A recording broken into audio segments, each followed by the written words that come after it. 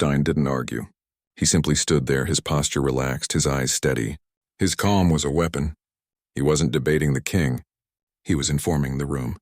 The other delegates watched, their initial confusion giving way to dawning comprehension. This wasn't a spontaneous reaction. This was a playbook being followed page by page. The human delegation had come prepared to use the galaxy's own rules against it. The legal citation was a formality, a piece of theater for the historical record. The real message was in the soldiers, in the sealed doors, in the absolute control they now exerted. Stein's recitation of the law was the wrapping paper on a package that contained something far more brutal. He was providing the justification that would be studied by historians, the legal precedent that would be debated in universities. He was ensuring that the record would show Earth acted within the law, however tenuously. The king's denial was pointless. The law, real or not, was now a fact of the situation. By invoking it, Stein had reframed the entire encounter. This was no longer a human retaliation. It was a lawful enforcement of galactic statute. The king was no longer a monarch defending his honor, but a criminal being processed. The shift in power was absolute and humiliating. Every alien delegate understood the masterstroke. Earth hadn't brought a bigger army to a fight. They had brought a better lawyer to a courtroom. They had weaponized bureaucracy and precedent, turning the galactic government's own foundation into the instrument of its king's downfall. The violence to come would not be recorded as an act of war. It would be logged as a lawful execution. Stein's calm delivery ensured there would be no ambiguity in the official transcripts. He had just rewritten history in the present tense, using their own words against them. Stein's words hung in the air of the sealed chamber, a quiet confession of strategy rather than emotion. We hoped he wouldn't, we prayed he wouldn't, but history suggested he would. This wasn't regret. It was validation. Humanity had always excelled at reading patterns across centuries, at recognizing the familiar arcs of power and its inevitable corruption. Their entire approach to galactic politics had been built on this understanding, this patient observation of how empires rise and how they fall. They had studied the Galactic King's reign through intercepted communications, cultural analysis, and psychological profiling. His brutality wasn't an aberration, it was his signature. Every crushed rebellion, every public execution, every speech about strength through fear had been logged and analyzed. Earth's intelligence services built predictive models with terrifying accuracy. They knew his response to perceived weakness, his intolerance for challenge, his need to dominate through physical demonstration. Their patience wasn't passive waiting. It was active preparation. The gamble wasn't whether the king would eventually provide justification for action. The gamble was timing. They needed him to overreach in the most public way possible, in a setting that would provide both witnesses and legal cover. Every relaxed posture from the human delegation, every casual smile, every moment Stein spent doodling instead of paying attention, all served as deliberate provocation. They presented themselves as harmless, naive, unworthy of serious consideration. They weaponized his own contempt. The king saw what he expected to see, a primitive species attempting diplomacy through weakness. He never considered that their apparent vulnerability was the bait in a trap, centuries in the making. Earth's strategists understood that true power often hides behind a facade of harmlessness. They had studied their own history, how smaller nations sometimes prevailed against greater powers by letting arrogance blind their opponents. They applied these lessons on an interstellar scale. This moment in the council chamber represented the culmination of generations of observation and planning. Analysts had pored over galactic conflict records, noted how authoritarian rulers consistently underestimated opponents who didn't conform to expected patterns of aggression. Military planners developed response scenarios for every possible provocation. Diplomatic teams rehearsed their lines. The soldiers, now standing in perfect formation, had trained for this specific operation through countless simulations. The human delegation's apparent naivete served as perfect camouflage for their real purpose. While the king focused on their unimpressive appearance and casual demeanor, he missed the subtle signs of preparation. The way Stein's notepad contained strategic diagrams disguised as doodles, the way the young page's nervousness masked his acute observational skills, the way every human in the room maintained perfect physical control despite the tension. They weren't victims. They were auditors conducting a final assessment. Earth's strategy relied on the oldest principle of conflict: let your enemy defeat himself. By appearing weak, they encouraged the king's aggression. By remaining calm, they deepened his frustration. By offering no resistance, they fueled his confidence. They created conditions where his predictable brutality would provide the perfect catalyst for their response. The strike against the child wasn't an unexpected tragedy. It was the predetermined trigger for a calculated reordering of galactic power dynamics. They had turned his nature against him, using his own character as the weapon that would end his reign. The king's hand went to his hip, fingers closing around the ornate hilt of his ceremonial blade. The metal hissed against the scabbard as he drew it, the sound cutting through the chamber's tense silence. The weapon was ancient, its edge honed by generations of weaponsmiths, its surface etched with symbols of his dynasty's long reign. He held it aloft, the polished steel catching the chamber's light, a final defiant assertion of traditional power. He expected to die fighting, to meet his end in what his culture considered glorious combat, a warrior's exit befitting his station. He swung the blade at the nearest soldier with all his strength and rage, a sweeping arc meant to cleave armor and bone. The movement was powerful but telegraphed, born of anger rather than skill. The soldier didn't flinch, didn't raise his own weapon. He simply shifted his weight, his left forearm coming up to meet the king's wrist in a precise blocking motion. His right hand snapped forward, fingers striking a nerve cluster on the king's forearm. The move was so clean it looked rehearsed, a disarming technique executed with clinical efficiency. The ceremonial blade clattered to the polished stone floor, the ringing sound stark in the silent chamber. The king stood disarmed, his hand hanging limp and useless, his face a mask of stunned humiliation. The soldier didn't follow up with an attack. He just resumed his prior stance, weapon still at low ready, as if the disarming had been a minor interruption. The effortless defense demonstrated the vast gap in capability between traditional displays of power and Earth's refined tactical training. The king's symbolic authority shattered in that instant, rendered meaningless against precision and control. Stein stepped forward, his movement calm and measured. He didn't look at the blade on the floor. His eyes stayed on the king, his expression neutral. "A poor choice," he said, his voice quiet but carrying. "Violence is a tool, Your Majesty, not a spectacle." He wasn't delivering a threat. He was stating a fact, a final verdict on the situation. The king had misunderstood the nature of power, believing it resided in the blade rather than in the hand that controlled it. Earth's response focused on surgical precision rather than overwhelming force because they sought to demonstrate capability without causing unnecessary casualties. This made their power seem more terrifyingly controlled and deliberate. They hadn't stormed the chamber with explosive charges and indiscriminate fire. They had entered with soundless surgical movements, neutralizing the threat with minimal disruption. The king's guard still stood unharmed. The delegates were unhurt. The chamber remained intact. Only the instigator had been addressed. This restraint was the real message. It showed that Earth could exert absolute force with absolute control, that their response would be exactly proportional to the provocation, and that they would never use more violence than necessary. This calculated display of control was designed to send a clear message about the consequences of aggression, showcasing both capability and discretion in its application. The king had offered them a brawl. They had given him a lesson. Stein stepped closer to the king, his posture unchanged, his voice carrying through the silent chamber without strain.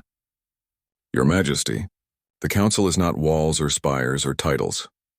His gaze swept across the assembled delegates, making it clear he spoke to everyone present.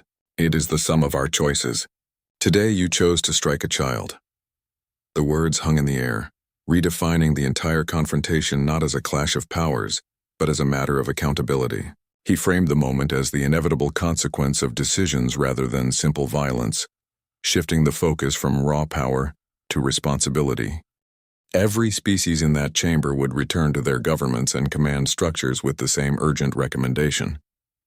They would have to reconsider every aspect of how they approached human representatives, the protocols for communication, the tone of discussions, the very language of diplomacy would need revision. A new non-negotiable variable had been introduced to galactic relations: absolute respect for human safety. This single incident established a permanent red line.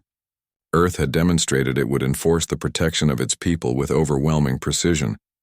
making the cost of aggression so unthinkably high that it ceased to be a viable political tool.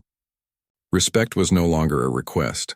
It was a requirement for continued existence. Earth's demonstration focused on psychological impact rather than destruction. They possessed the capability to level the entire station, to reduce the council chamber to debris and silence.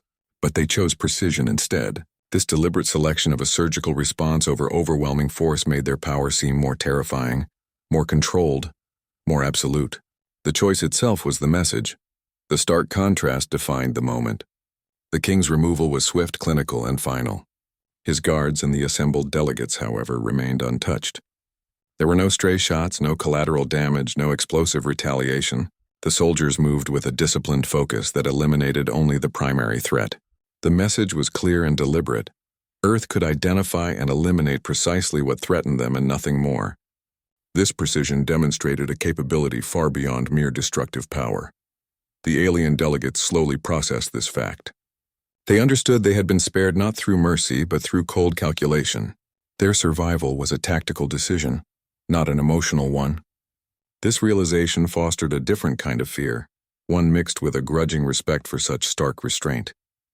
The fear of indiscriminate violence is simple. The fear of violence that is meticulously measured, that can be turned on and off with absolute control, is far more potent. It creates a sense of being utterly known, of existing only at the discretion of a power that chooses its targets with infallible judgment. The entire demonstration showcased both immense capability and meticulous discretion in its application. The soldiers' movements were coordinated without a single verbal command, their actions silent and efficient.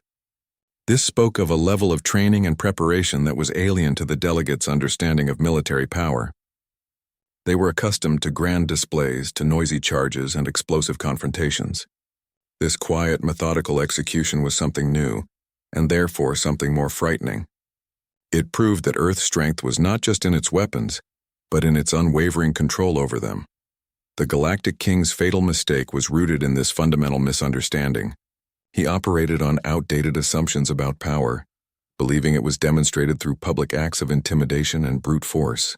He thought striking the child would showcase his dominance and expose human weakness. He completely misread the situation, failing to grasp that Earth valued strategic patience over immediate emotional response. His worldview was built on the idea that might makes right, that fear is the ultimate currency. He never considered that a civilization could possess greater might yet choose to wait, to observe, to allow an enemy to make the first and final mistake. His brutal gesture was not a show of strength. It was a fatal miscalculation, the exact overreach Earth's strategists had predicted and prepared for. He provided the justification they needed, and they answered with a lesson he would not survive. Earth's strategy didn't emerge from military doctrine or technological superiority alone. It grew from the patient study of historical patterns observed across countless species and empires. Their analysts had spent decades, then centuries, examining the rise and fall of galactic powers, tracking the same predictable arcs of ambition, dominance, and collapse. They created vast predictive models based on behavioral psychology, cultural development, and the inevitable corruption that absolute power fosters. Every civilization that reached a certain threshold of control, they found, eventually made the same fatal errors. Every dominant power eventually overreached through arrogance. It was the one constant in the chaotic equation of interstellar politics. The need to prove strength, to crush perceived weakness, to demonstrate superiority through public acts of intimidation. These were not flaws in individual rulers. They were systemic failures, the inevitable result of power left unchecked by consequence. Earth's own bloody history had proven this pattern time and again, from fallen empires to collapsed republics. They merely recognized the same fatal rhythms playing out on a galactic scale. The Galactic King's actions weren't surprising to those who understood this historical context. His brutality wasn't an anomaly. It was a statistical probability. His character, his culture, his position, all pointed toward a predictable outcome. Earth strategists hadn't needed to speculate. They had modeled his behavior with chilling accuracy. His disdain for perceived weakness, his reliance on public displays of force, his belief that fear was the ultimate currency of power, all were variables in an equation that always solved the same way. Earth positioned themselves not as aggressors, but as respondents. They didn't need to provoke the confrontation. They simply had to wait for predictability to become action. Their entire diplomatic posture was designed to create the perfect conditions for the king's overreach. Their apparent vulnerability was the bait. His arrogance was the trigger.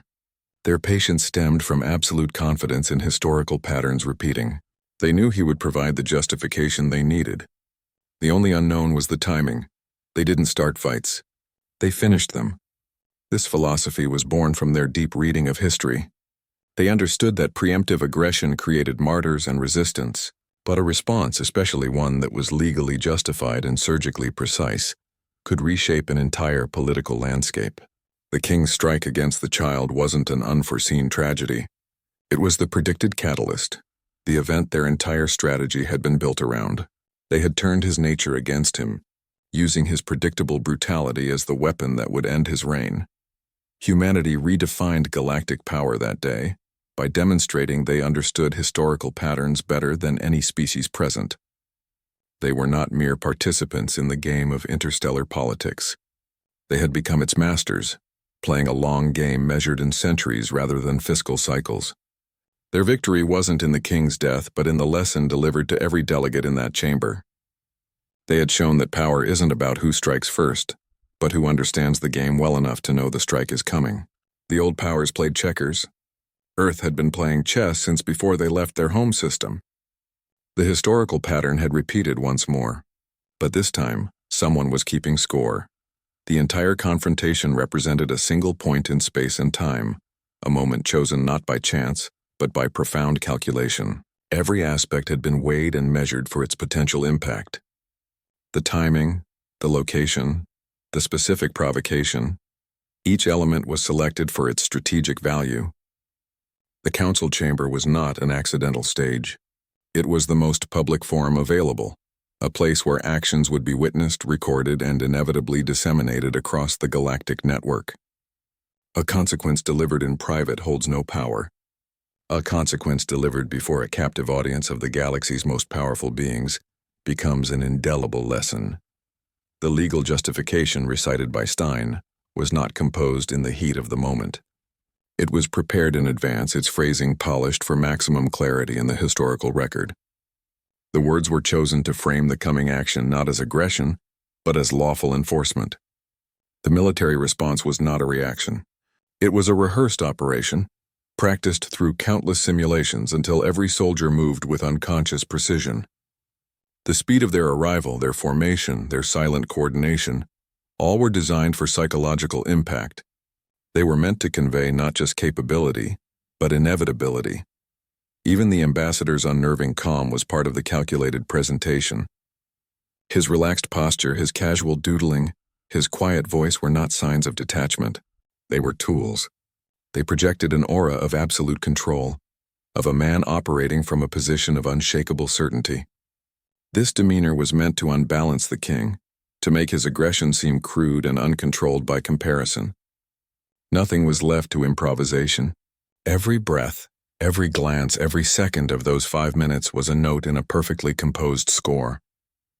Stein placed a hand on the boy's shoulder, his touch firm but not unkind. "No, lad, we didn't win." He paused, letting the correction settle. "We taught." The distinction was sharp, a blade of clarity cutting through simpler notions of victory and defeat. This wasn't about conquest. It was about education on a galactic scale, a lesson written in stark, unforgettable terms.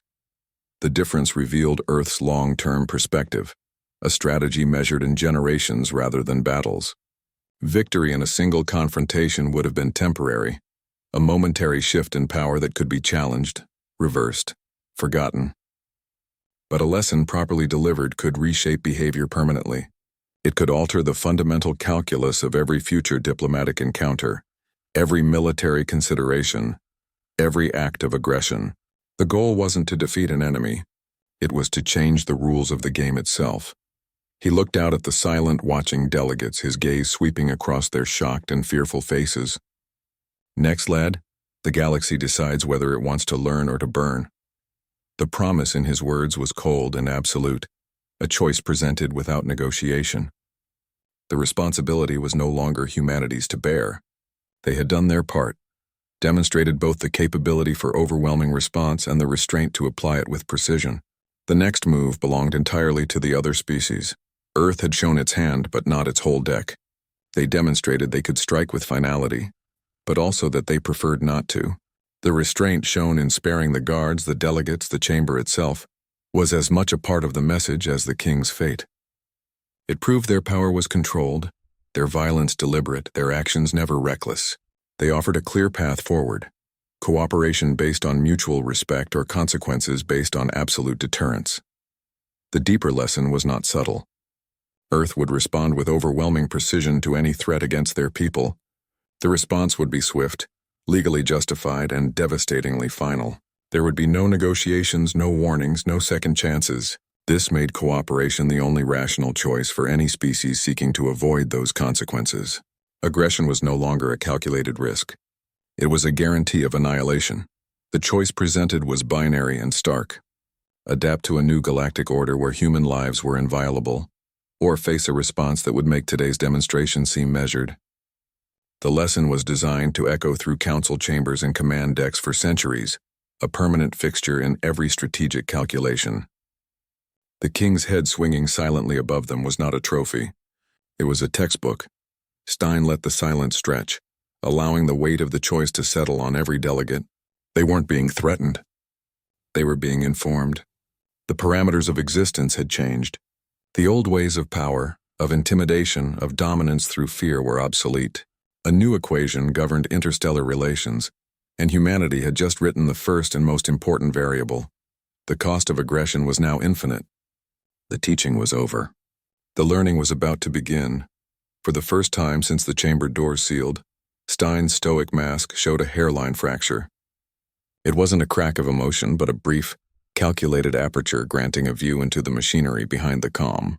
The boy's simple observation, "You planned this the whole time," had shifted the dynamic from execution to explanation. Stein's eyes, normally pools of detached observation, flickered with something deeper, something that acknowledged the monumental effort behind the moment. The change lasted only a second, but it was enough. He didn't smile. He didn't frown. He simply gave a slow, deliberate nod. Every aspect, he confirmed, his voice losing none of its calm but gaining a new layer of gravity. He wasn't boasting. He was testifying. The admission was more terrifying than any threat. It meant this confrontation held no spontaneity, no improvisation. It was a script written long before they entered the chamber, and everyone present had been assigned a role without their knowledge. Earth hadn't merely reacted to the king's violence. They had orchestrated the entire sequence, from the first moment of perceived disrespect to the final surgical response. Their appearance of naive vulnerability, their relaxed postures, their seeming lack of preparation. It had all been the most sophisticated weapon in their arsenal. Deception perfected and deployed on a galactic stage. They had made themselves appear weak because true strength often hides best in plain sight, disguised as something harmless. The galactic delegates processed this revelation. Their initial shock at the king's death was now replaced by a colder, more profound dread. They hadn't just witnessed a shocking act of retribution. They had been performers in a meticulously directed play, their reactions anticipated, their choices predicted. They realized their disdain, their laughter, their uneasy silence had all been expected variables in Earth's equation. This recognition of their own manipulated participation created a fear deeper than any display of raw firepower could inspire. It was the fear of being known, of being predictable, of having your every move calculated by an opponent you profoundly underestimated. They finally understood that humanity's patience was not a passive quality. It was their most formidable strategic asset. It was the willingness to wait years, decades for the perfect moment to act, to allow an enemy to walk into a trap of their own making. The ambassador's unnerving calm throughout the entire ordeal now made perfect, chilling sense. It wasn't that he lacked emotion. It was that he operated from a position of absolute certainty. He knew. He knew the king would eventually provide the necessary justification. He knew his soldiers would arrive exactly on schedule. He knew the legal statutes would support their actions. He knew the psychological impact would reshape galactic politics. The seemingly chaotic, explosive situation in the council chamber had never been chaotic at all. It was a carefully controlled execution of a long-planned strategy, a moment of violent theater where every line had been rehearsed and every outcome anticipated. The ambassador's calm was the calm of a director watching his play unfold exactly as written. The fear in the room was no longer about what had just happened. It was about the terrifying implication that Earth had probably already written the scripts for what came next. The energy fields at the chamber doors dissolved with a soft hum, but the stillness inside only deepened. The soft glow of emergency lighting cast long shadows across the polished stone, transforming the council space from a theater of politics into a somber hall of judgment. The air remained thick with the scent of ozone and something more primal, the metallic hint of blood and cold sweat. Delegates did not rush to leave. They remained in their seats, their movements slow and deliberate, as if afraid any sudden action might draw attention. The silence felt heavier than the earlier shouting. Outside the station's viewports, the starfield began to shift. Silhouettes of ships, blocky and utilitarian in design, slid into new positions. These were Earth's asteroid-borne fleets, their repositioning a silent visual declaration of reach and readiness. They weren't clustered for an attack. They were dispersing into a wide defensive net, a clear message of control over the local space. The display communicated capability without a single weapon discharge, a demonstration of power that was both a warning and an assurance. The message was unambiguous. Compliance would be monitored, and aggression would be met with immediate, overwhelming force. In the lingering quiet, alliances began to fracture and reform in the minds of the delegates. The Orion ambassadors, who minutes before had laughed at the king's violence, now avoided each other's eyes. The reptilian matriarch's tail gave a single sharp twitch, a telltale sign of rapid recalculation. They were all reassessing their positions, their treaties, their long-standing animosities. The old binaries of friend and enemy were rendered meaningless. A new singular factor dominated every strategic equation: Earth. Many species realized with dawning clarity that humanity was no longer merely a potential partner or a minor political player. They had become the arbiter, the one power capable of enforcing a new set of rules on a fractured galaxy. The old power dynamics, built on centuries of ritualized aggression and boastful displays of force, had been irrevocably shattered in those 5 minutes. The king's head, still swinging gently from the central hook, was the tombstone of an era. The concept of dominance through public brutality was now obsolete, replaced by a colder, more precise understanding of power. Future interstellar diplomacy would forever be haunted by the memory of this demonstration. Every negotiation, every trade agreement, every discussion of territorial rights would now happen under the long shadow cast by Earth's restrained, surgical response. Humanity's famous smile would never again be interpreted as naive friendliness or weak appeasement. It was now recognized for what it truly was: weaponized patience. A civil greeting from a human ambassador would carry the unspoken weight of this moment, a reminder that their courtesy was a choice, not a default. The galaxy had learned the hard way that this civility masked a formidable and precise capability. They understood that the human preference for peace was backed by a willingness to wage war with a level of control and finality that was terrifying in its perfection. The galaxy did not witness an emotional outburst or an act of raw vengeance. They observed a perfected strategic execution, a demonstration of power so controlled it felt inhuman. The secret reconnaissance that enabled this went far beyond charting star systems and counting warships. They weren't just mapping military positions. They were mapping minds. Analysts studied psychological patterns, cultural behaviors, and historical tendencies across every major species. They built psychological profiles of key leaders, especially the king, predicting his reactions with chilling accuracy. They learned what insults would provoke him, what displays of weakness would trigger his contempt, what actions would push him toward a public, overreaching display of force. This deep cultural and psychological intelligence allowed them to create a comprehensive predictive model of galactic politics. This model didn't just tell them where the fleets were. It told them how the admirals would think. It predicted how the Orion delegates would react to perceived human frailty. It anticipated the reptilian matriarch's cold, calculating observation. Every smile from a human diplomat, every handshake, every polite nod in the council chambers served a dual purpose. It was diplomacy, and it was data collection, buying time to refine their understanding. Earth's strategy was not built on weapons alone. It was built on anticipation. They used history as a blueprint, understanding that the patterns of power repeat themselves across civilizations. They knew the king's type. They had seen his kind before, on their own world and in the records of fallen empires. Arrogance always follows the same path. By understanding the path, they could set the trap at its end. The secret reconnaissance was a deep, silent study of the galaxy's soul, and from that study they learned exactly how to break it, and how to remake it in their image. They anticipated this exact moment, because they had already lived it 1,000 times in their models. The confrontation was not a crisis. It was a conclusion. The galaxy learned that day that Earth's patience was their sharpest weapon. It wasn't silence. It was a coiled spring, tightened over centuries of observation and planning. Humanity doesn't start fights, they finish them. The king's impulsive violence met a response of perfect, chilling precision. Every move was calculated, every consequence premeditated. They offered a simple lesson written in the oldest language of power: action and reaction. The cost of aggression is now absolute, and the choice to pay it belongs solely to those who would test their resolve. Earth's response reflected this philosophy. They chose to answer in a way that would prevent future such choices, establishing a clear boundary that aggression would not be tolerated. This wasn't about retribution against one individual, but about altering the fundamental behavior of all species within the galactic community. The calculated precision of their intervention demonstrated that actions would have measured, unavoidable consequences. The response was systemic rather than personal, aimed at reshaping galactic conduct through demonstration rather than negotiation. Every delegate understood this was about more than one king's actions. They witnessed the redefinition of power dynamics in real time, watching as centuries of tradition gave way to a new reality, where actions carried immediate weight. The chamber transformed from a place of debate into a classroom for a harsh lesson about consequences.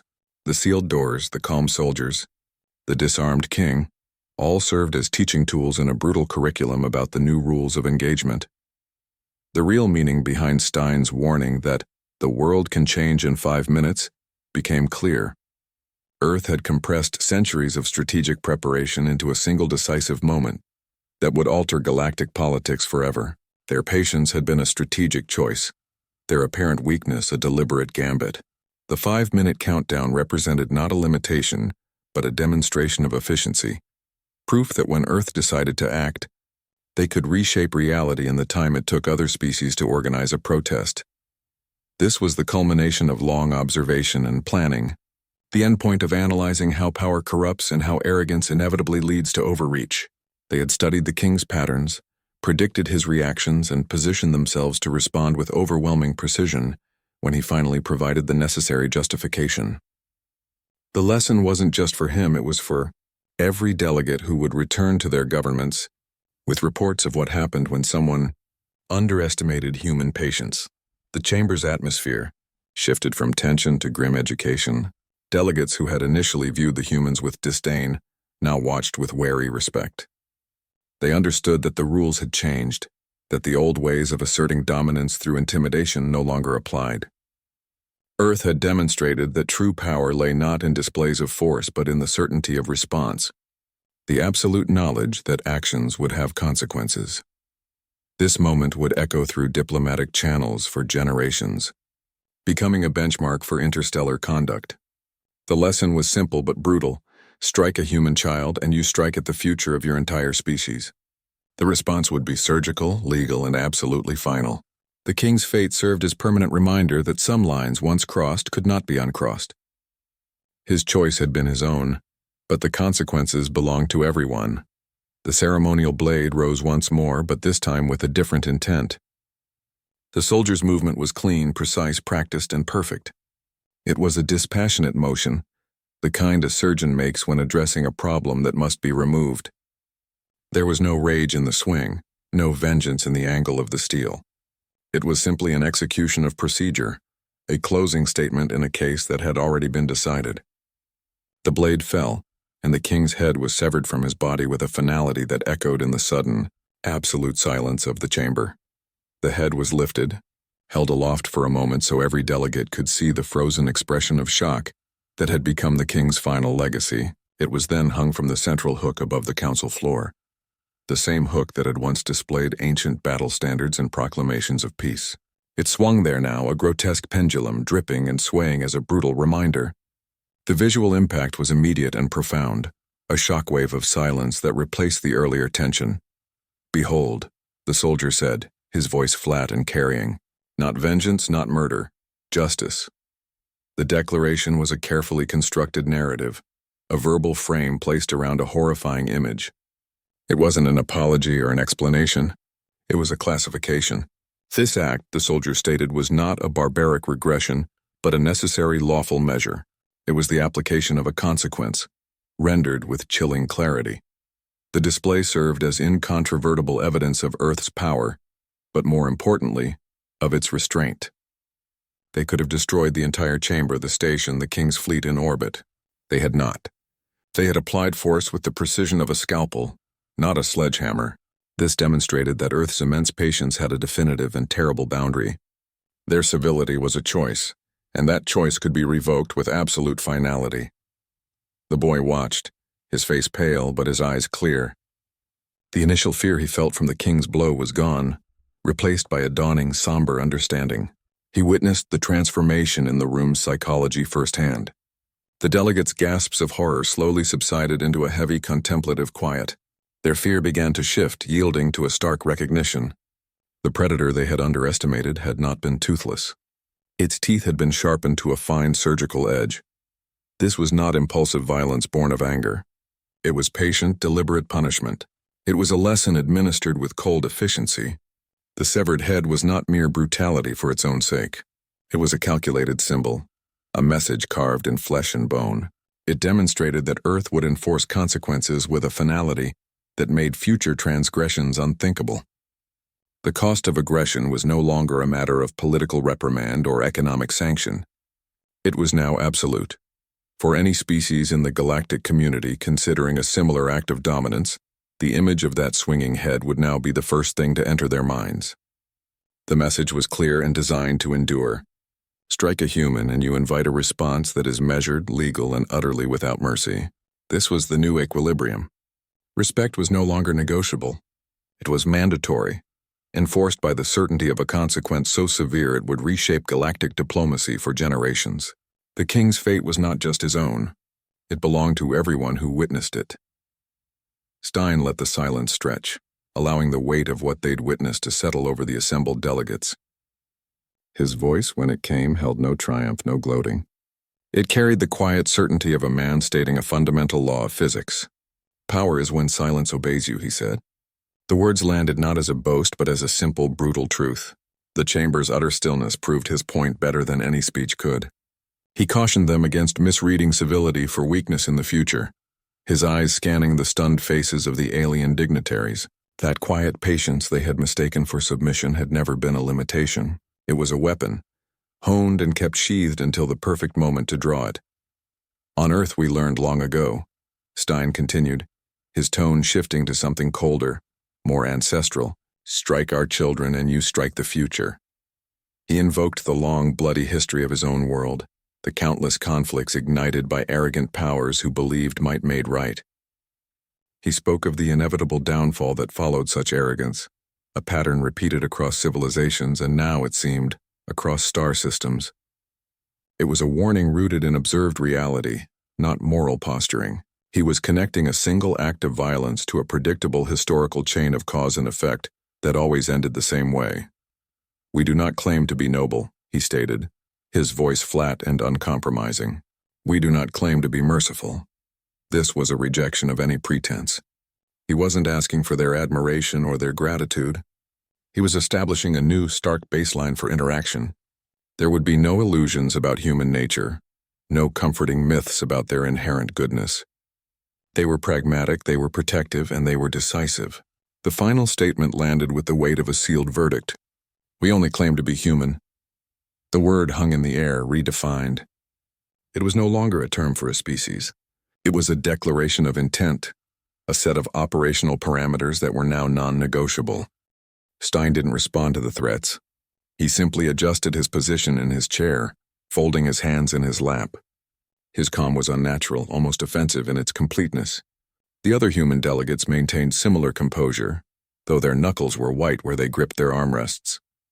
They had trained for this moment through countless simulations, but theory was becoming reality faster than any drill. The King's guards attempted to communicate with their command center, getting only dead air in response. Their weapon systems flickered as external power sources were cut off.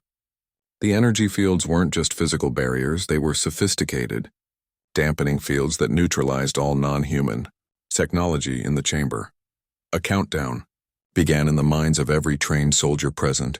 5 minutes was an eternity in combat time. 5 minutes was enough for orbital strikes to reposition, for boarding parties to breach hulls, for special forces to neutralize entire command structures. The human delegation knew this countdown intimately. They had helped design it. The King continued shouting, demanding answers from guards who had none, from advisors who could only shrug helplessly. His rage was becoming desperation, the kind that comes when power realizes it's no longer in control. He kept looking at the main entrance, expecting his own security forces to burst through and restore order. They wouldn't be coming. The protocols activating throughout the station were human-designed, human-implemented, and timed to the second. Every energy field, every communication blackout, every system override had been planned for this exact scenario. The King's actions had simply provided the justification. Earth's response was already in motion, a precision operation that had begun the moment the King's hand made contact with the boy's face. The 5-minute countdown wasn't a limitation. It was the timetable for complete strategic dominance. The reinforced chamber doors slid open without sound or resistance. Earth's soldiers entered the room with a predetermined harmony that lacked any hint of chaos or uncertainty. They moved with a collective rhythm deep in their bones, each step synchronized, their presence announced by the whisper of armored boots on polished stone rather than shouts or threats. They were not invaders. They were technicians arriving to correct an error. Their armor bore no ceremonial markings or aggressive sigils. It was matte gray, functional, designed for efficiency over intimidation. Each soldier's helmet featured a single reflective visor that revealed nothing of the person beneath. They fanned out in perfect formation, their movements economical and precise, covering all angles without a single verbal command. Not one weapon was raised in haste.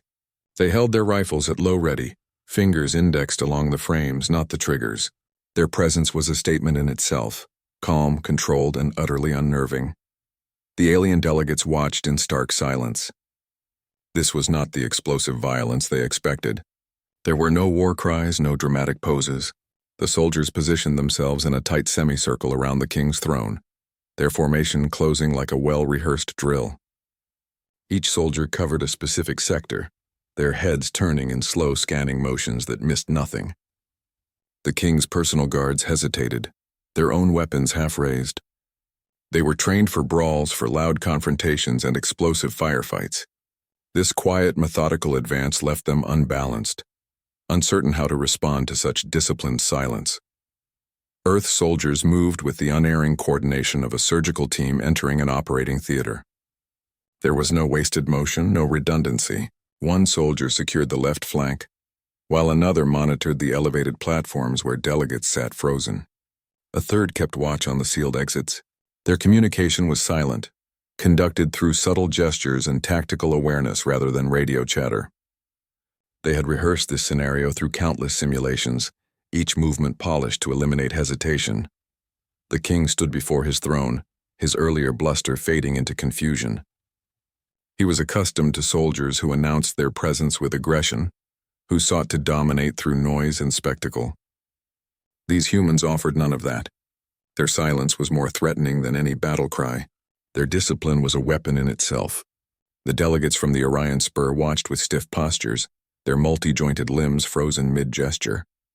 The reptilian matriarch remained perfectly still, her forked tongue pausing its constant motion. These were not typical warriors responding to a threat. They were executors of a premeditated strategy, each one a component in a larger mechanism. Their training emphasized precision over brute force, control over chaos. They had been conditioned to operate in high-stress environments with clinical detachment, to see violence not as an emotional outburst, but as a technical problem requiring a specific solution. This made them far more dangerous than any conventional army. They did not conquer through overwhelming force alone, but through unbearable certainty. The king's guards slowly lowered their weapons, recognizing the futility of resistance against such calculated professionalism. Stein rose from his chair with deliberate slowness, his movement smooth and unhurried. He adjusted the cuffs of his jacket, a small, precise gesture that seemed absurdly normal in the sealed chamber. The soldiers maintained their positions, their weapons still held at low ready, their silence more imposing than any shouted command. Stein's voice cut through the tension with unnerving clarity, each word measured and calm. "Terribly sorry, Your Majesty, but you struck a child in a council hall." He said it like a waiter apologizing for a minor kitchen error, not like a man standing before an armed monarch. The understatement hung in the air, stark against the backdrop of energy fields and armored soldiers. He continued without waiting for a response. Galactic Law, Section 12, Subsection 7, clarifies that any act of violence against a diplomatic envoy's personnel, regardless of rank or species, permits immediate defensive measures to ensure collective security. He recited the clause from memory, his tone flat and instructional. The statute specifically notes that such measures may include neutralization of the threat without standard judicial review when performed in secure diplomatic spaces. The king's face contorted with fury and disbelief. Lies, fabrication. There is no such clause. He gestured wildly at his advisors, who shifted uncomfortably. One of them, a frail-looking scholar with too many eyes, avoided his gaze, studying the floor intently. The law existed. It was obscure, rarely cited, buried in appendices most delegates forgot existed. It had been written in a different era for a different purpose, but the language was broad, its interpretation flexible in the right hands. A galactic king strikes a human child in full view of the interstellar council. He thought it would teach respect through fear. 5 minutes later, his severed head swung from the chamber's central hook. This wasn't vengeance, it was a calculated response centuries in the making. And Earth's ambassador never even raised his voice. The grand interstellar council chamber hummed with ancient power, a vast amphitheater of polished obsidian and bioluminescent crystals, where empires had risen and fallen for millennia. Alien delegates from a dozen star systems shifted in their thrones, each movement calculated, each glance weighed for political consequence. The air tasted of ozone and unresolved conflict. Amidst this tension, Earth's ambassador projected an aura of unsettling calm. Daniel Stein sat relaxed in his simple chair, his posture more suited to a beach resort than a galactic summit. He watched the proceedings with half-lidded eyes while his fingers absently sketched geometric patterns on a worn notepad. The contrast couldn't have been more deliberate. Hostile delegates from the Orion spur species argued loudly over gravity well tariffs, their multi-jointed limbs gesturing sharply. Across the chamber, the reptilian matriarch observed everything with cold, unblinking eyes, her forked tongue occasionally tasting the charged atmosphere. They all watched the human delegation with thinly veiled disdain, mistaking Stein's calm demeanor for weakness rather than what it truly was: absolute confidence. Beside Stein, his nephew fidgeted with the edge of his formal jacket. The young page tried to mimic his uncle's composure, but couldn't hide the nervous curiosity in his eyes as he scanned the bizarre assembly of alien life forms. His presence seemed almost casual, yet everything in this room had purpose. The Galactic King dominated the far end of the chamber, his massive form shimmering with iridescent scales that caught the light like oil on water. Twin bone tusks fused from his lower jaw curved upward past his temples, giving him a permanently aggressive silhouette. He'd been fuming since the human delegation arrived, his massive hands gripping the armrests of his throne hard enough to stress the ancient stone. Humanity's presence here wasn't merely diplomatic theater. This was a deliberate challenge to centuries of established dominance, a calculated insertion into a power structure that had excluded Earth since first contact. Every relaxed gesture from Stein, every casual glance around the chamber signaled a deeper strategy at work. The king's advisors whispered urgently in his ear, their voices low hisses that carried across the quiet moments between debates. They pointed occasionally toward the human delegation, their gestures sharp with disapproval. The king's response was a low growl that vibrated through the stone floors. Stein continued doodling, his notepad filling with precise geometric patterns that might have been tactical diagrams or mere absent-minded sketches. His nephew watched the alien delegates with widening eyes, particularly the Vrexian ambassador whose chitinous plates clicked together with every breath. This was no simple diplomatic mission. Earth had entered the most dangerous political arena in known space not as supplicants begging for recognition, but as strategists executing a game measured in decades, not days. Every relaxed posture, every calm expression was part of the play. The chamber's ancient ventilation system cycled air that carried the scent of alien species and polished stone. Somewhere in the infrastructure, hidden scanners monitored every biological signature, every weapons emission, every elevated heart rate, except Stein's. His vitals remained steady as a deep space drift. The king's gaze locked onto the human delegation, a predator fixing on what it considered the weakest member of the herd. His massive frame tensed, the iridescent scales along his shoulders catching the chamber's light like drawn blades. A low rumble began in his chest, building into a snarling tirade that echoed off the polished stone. He spoke of strength, of the necessity of harsh lessons, of how fear forged respect in societies too soft to understand real power. His voice carried the weight of centuries of dominance, a tone that had cowed star systems into submission. The alien delegates leaned forward, some with approval, others with uneasy fascination. They watched the human boy specifically, noting how his hands trembled slightly against his formal trousers. The king's advisors remained stone-faced, their expressions carefully neutral, as if this outburst had been anticipated, if not entirely sanctioned. Then movement. Faster than anything that large should move. The king's hand lashed out, a blur of motion that ended with a sharp crack against the boy's face. The sound echoed in the sudden silence. The boy recoiled, stumbling back a step, one hand flying to his lip where blood already bloomed bright red against pale skin. His eyes widened not with tears but with shock that quickly hardened into something colder. The chamber erupted in forced civility. Nervous laughter bubbled from the Orion delegation, a harsh clattering sound meant to show solidarity with power. The reptilian matriarch's tongue flicked out, tasting the air thick with tension and copper. They all watched the humans, expecting the explosion.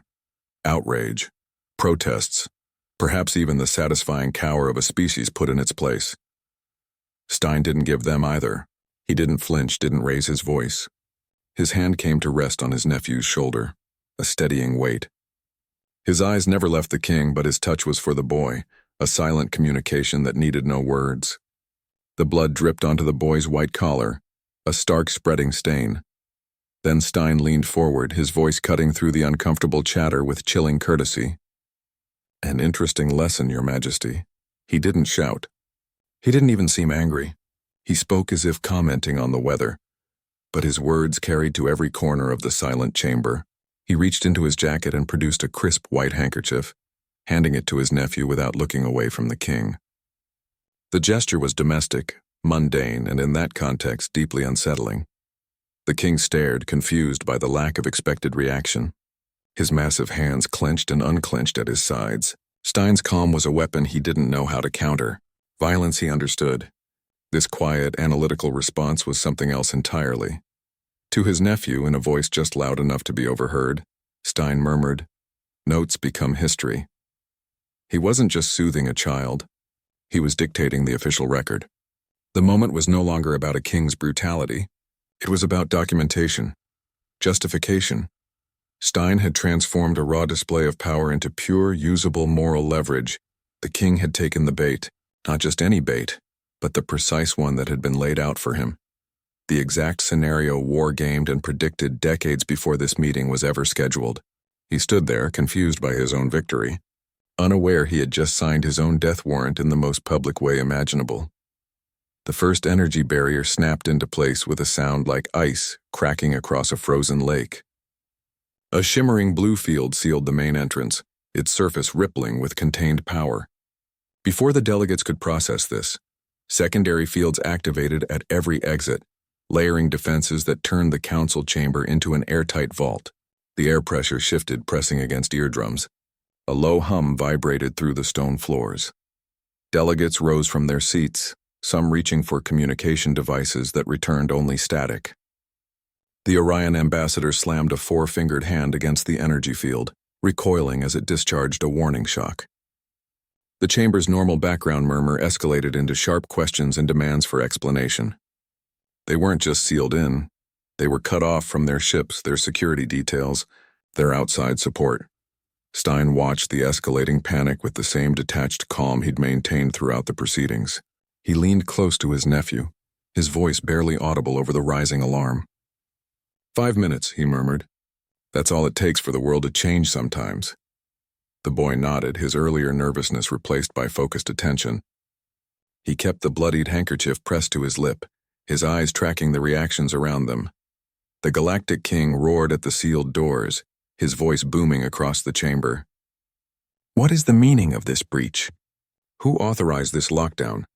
His guards moved to his side, weapons drawn but held uncertainly. They aimed at the energy fields, then at the other delegates, then back at the fields. Their training hadn't prepared them for containment from outside forces. He turned his fury toward the human delegation, his tusks gleaming under the emergency lighting. This is your doing, your pathetic attempt to seize control. Spittle flew from his mouth as he gestured wildly at Stein. Your audacity will be answered with annihilation. Your entire species will learn what happens when you challenge true authority. The room seemed to contract, the air growing heavy with a new kind of fear mixed with a reluctant, terrible awe. The delegates began to reckon with the full measure of humanity's threat, which was terrifying precisely because it was so measured. It wasn't the wild, unpredictable rage of a cornered animal. It was the calm, calculated response of a power that had weighed every option and chosen the most effective one. They had witnessed not an outburst, but a demonstration. The phrase, "power is when silence obeys you," revealed the core of Earth's strategic philosophy. True power didn't need constant demonstration through grand shows of force or loud proclamations. It resided in the absolute certainty of response, the knowledge that an action would be met with a proportionate and inescapable reaction was far more effective than any temporary display of dominance.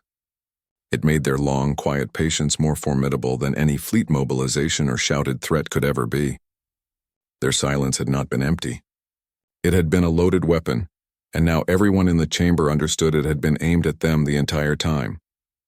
The lesson was learned not through a lengthy treatise on governance, but through 5 minutes of flawless, terrifying execution. Stein made a small gesture with his left hand.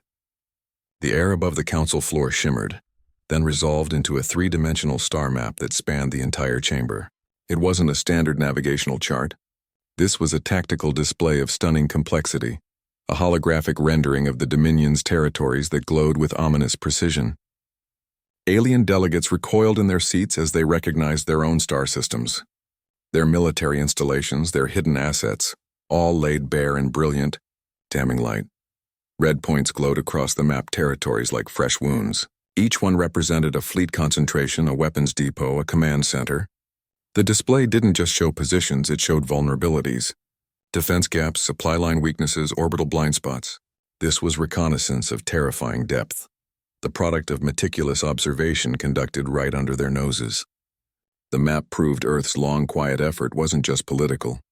It was military, comprehensive, and utterly thorough. We didn't come unprepared, Stein said, his voice cutting through the stunned silence. For months, years perhaps, you believed we were naive. Every human smile, every casual joke, every moment of apparent diplomatic incompetence had served as perfect cover. While the alien delegates dismissed humanity as primitive newcomers, Earth's operatives had been mapping them, studying them, learning every strength and every flaw. Their apparent weakness had been the greatest strategic deception of all. Time to map you, Stein stated flatly as the hologram rotated, revealing additional layers of intelligence. The display showed not just current positions but projected movements, anticipated responses, contingency scenarios. Earth hadn't just observed, they had analyzed, predicted, and prepared for every possible galactic move. Their strategic responses were already calculated, rehearsed, and ready for implementation. This wasn't reaction. This was premeditation on a staggering scale. The boy watched the glowing map with dawning comprehension. Odd, he murmured, almost to himself. You planned this the whole time. He wasn't talking about the immediate response to the king's violence. He was seeing the broader calculation, the years of preparation that led to this exact moment. The human delegation's entire presence here, from the ambassador's relaxed demeanor to his own role as a page, had been elements in a meticulously constructed operation. The holographic map revealed the true scope of Earth's secret reconnaissance. They hadn't simply gathered intelligence, they had built a complete strategic model of galactic power dynamics. Every military position, every political alliance, every cultural tendency had been logged, analyzed, and incorporated into their planning. This comprehensive understanding allowed them to anticipate not just the king's actions, but the reactions of every species in the chamber. Their response wasn't just reactive, it was the execution of a long-prepared strategy based on deep, detailed knowledge. The alien delegates stared at their own territories displayed like anatomical diagrams, their secrets exposed for all to see. The Orion delegates recognized their hidden shipyards near the gravity wells. The reptilian matriarch saw her breeding worlds pinpointed with chilling accuracy. Every species found their vulnerabilities laid bare in the glowing light. The map demonstrated that Earth's patience had been anything but passive. It had been a period of intense covert preparation that gave them overwhelming strategic advantage. This revelation redefined everything that had happened in the chamber. The king's death wasn't an isolated incident. It was part of a larger, carefully orchestrated demonstration of capability. Earth had shown they could execute precise military operations, and that they possessed intelligence resources far beyond anything the galaxy had suspected. The map hanging in the air served as permanent proof that humanity understood their enemies better than those enemies understood themselves. Stein let the holographic map hang in the air a moment longer, then made it vanish with a flick of his wrist. The sudden emptiness above the council floor felt heavier than the detailed display. He turned his attention back to the assembled delegates, his face composed, his voice measured. Balance, respect, the assurance that no hand will ever strike one of ours again. The words were not a request. They were a statement of the new reality, a declaration of the only terms that would be acceptable moving forward. This was the core of the entire operation, the strategic objective that justified the brutal display. He hadn't shown the map as a threat of imminent invasion. He had presented it as a warning against history repeating its oldest, bloodiest patterns. The detailed intelligence was proof that Earth understood the cyclical nature of power, how empires rise through aggression and fall through overreach. Their patience, he made clear, was not infinite. It had a sharp, definitive edge that every species in the galaxy would now be required to respect. This was the new boundary, drawn in the king's blood and displayed with surgical precision. His warning to the galactic community was stark, delivered with an almost tender gravity. Never mistake civility for weakness.